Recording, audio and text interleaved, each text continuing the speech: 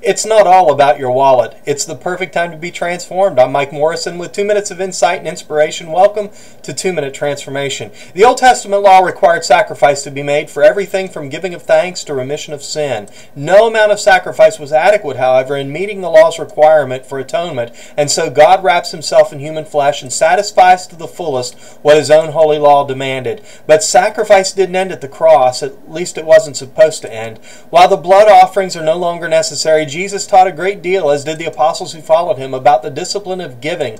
In Matthew's Gospel, chapter 6, Jesus is sharing some insight on, among other things, the three most basic actions he expected from his followers in what was famously called his Sermon on the Mount. Praying, giving, and fasting are as basic to the life of a believer as eating, drinking, and breathing. In verses 19 through 21 from the Message, Jesus is speaking in terms of an investment when he calls us to put our material things into perspective. As he says, don't hoard treasure down here where it gets eaten by moths and corroded by rust, or worse, stolen by burglars. Stockpile treasure in heaven where it's safe from moth and rust and burglars.